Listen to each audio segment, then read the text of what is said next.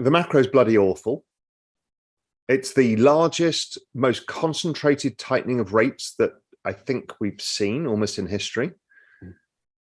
We have the largest tightening of financial conditions on a broad measure, as opposed to, a lot of people use the Goldman measure. That's not that broad because it uses equity markets, and it's a weird kind of feedback loop between equities and that. But if what I did was use the rate of change of rates, the rate of change of the dollar, and the rate of change of commodity prices, and it gives you a understanding of how tight money is. The other way you can look at it is the number of central banks as a percentage of total central banks raising rates. Those kind of things give us a growth shock that is ahead, that we're starting to see, that is quite sharp and severe. So we're talking about something where GDP growth falls 3% or so.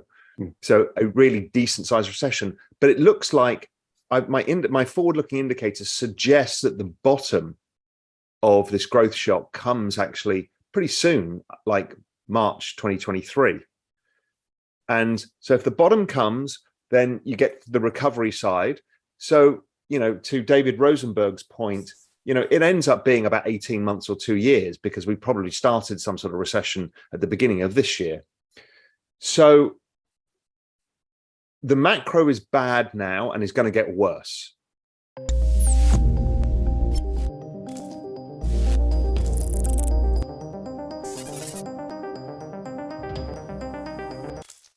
Despite USD bringing an onslaught to stocks, commodities, and its rival currencies, Bitcoin holds steady at the $19,000 to $20,000 mark, leaving mainstream media no choice but to put Bitcoin into the headlines. American daily newspaper The New York Times highlighted Bitcoin's 6.5% increase in the last 7 days and noted that this had caught the attention of crypto bulls and bears. With fiat currencies like the euro and the Great British Pound sterling failing to hold their ground against the United States dollar, mainstream media outlets have started to put Bitcoin into the spotlight for its steady performance. Hello and welcome to Money Talks. In today's video, Real Vision CEO Raoul updates about his macro outlook on the global economy, his thoughts on Bitcoin, Ethereum, Solana, and Avalanche, along with exciting developments in the NFTs space. The narrative you will see is, well, the macro is about to get terrible, all assets must fall. But once you start doing things like doing the year-on-year rate of change of the S&P or the NASDAQ, they're actually pricing in an ISM, the Institute of Supply Managers survey, of about 40. So that's pretty severe recession as it is. Could they price in a bit further? Could it be at one lower stab? Sure. But these are forward-looking assets. And what they look for is the turn. Why the turn? Because that's somewhere in the next 6 months, the central banks will most likely go, okay, unemployment's coming up, inflation's coming down. We have to look after, our mandates are unemployment and inflation. Inflation is going to be maybe stickier or higher. I don't believe it will be. I think it actually goes negative. But unemployment's going to be coming up. We need to at least stop. October has been a good month for Bitcoin, and traders may be looking forward to capitalizing on the bullish seasonality, having seen the cryptocurrency hold steady through the recent traditional market turmoil. Bitcoin has put in a positive performance in October in 8 out of the past 12 years, with an average return of around 30%. In other words, October has generated positive returns 66% of the time. However, one indicator tracking the US dollar liquidity calls for caution on the part of the bulls. The so-called USD Liquidity Condition Index has slipped to a 19-month low of $5.7 trillion. So if the rate of change stops, right, you've stopped the pressure on markets. Now, it doesn't mean they explode higher. It's not 2021 all over again. But if the pressure stops because the rate change, because QT stops and they stop raising rates because they want to see how bad this is. Okay, so the probabilities then come of rate cuts. Or if not, at least it's going to be stability. They're unlikely to raise rates higher. Okay, so that's generally good for risk assets because they're forward-looking. So that's where it comes into crypto. So crypto is really interesting. Same with technology stocks, is they are in an exponential logarithmic uptrend because they are network adoption models. So in technology stocks, we've got the relentless ongoing ridiculous pace of rise of AI, robotics, EV, space, Internet of Things, 5G, 6G. I mean, genetic sciences, all of these things are all coming together at the same time. It's the fastest pace of change humanity will ever go through. I mean, it's hard enough for us to deal with on societal level, but that's not stopping. Part of that is blockchain technology, digital assets. They're in the same exponential trend, but maybe even faster, because crypto with 300 million users is the fastest adoption of any technology the world has ever seen, twice the speed of the internet. So what you're thinking, so if you can visualize, is you've basically got this massive uptrend that is exponential in nature, but when you put it on a log trend, it's quite nice and smooth. But you've got these big swings. Those big swings are driven by the macro. So what we've done is we're at the bottom of the macro cycle. The beach ball is now being held underwater. But don't forget, every day there's new people building in the ecosystem. There's new adoption. People like Ticketmaster have issued 10 million NFTs without anybody realizing. The scale of what is happening is ridiculous. So the beach ball is held underwater. The moment quantitative tightening or rate rises stop, the beach ball rises above the water. You can't hold it down.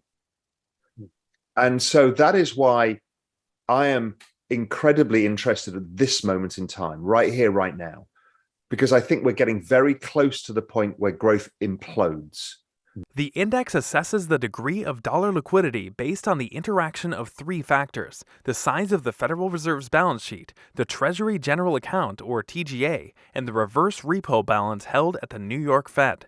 The liquidity declines when the Fed's balance sheet contracts and the TGA and repo balances rise. On the contrary, an expansion of the Fed's balance sheet and a decline in the TGA and repo balances indicates an uptick in the dollar liquidity. We've already seen 2 quarters of negative GDP in the US. We've already seen housing rollover. We've already seen supply chain issues ease. We've already seen most commodity prices fall 50%. We've already seen the dollar explode higher. The dollar's hugely deflationary because the largest exporting nations in the world, Japan, Germany, China, have all seen their currencies decline massively. So they're now selling finished goods at much lower prices. So the macro turn is very close. When we look at on-chain analytics, we start to see things that only ever happen in these massive bear market sell-offs, the 2014 sell-off, the 2017 sell-off, stuff like that. We also are at the bottom of the logarithmic trend channel, 2 standard deviations oversold. That's usually a good one. We're at the 5-year exponential moving average. That level has proven to be about the best risk reward you can ever find. Things like, if we use technical analysis, things like the RSI are as oversold as they have been at the bottom of every other cycle.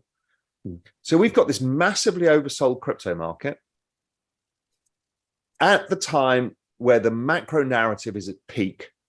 Everyone's like, inflation's going to be 20% forever, and Europeans are going to be dying in the streets because there's no food, and they're going to, they can't afford to heat their houses, right? That's the narrative right now. Okay, so how much worse can this be?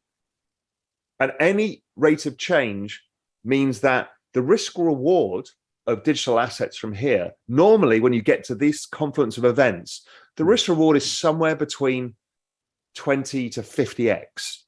Now, it depends where you are on the risk curve, which is going to ask the second part of your question, Mark. So Bitcoin is the least attractive asset because it has least attractive of the major assets because it has more stability, further network effects. Therefore, as you get further network effects, your growth comes down over time. So, where would Bitcoin go in the next cycle? Who knows? But let's say 200,000. But then we look at the network adoption effects in Ethereum. How many people are building on the Ethereum network?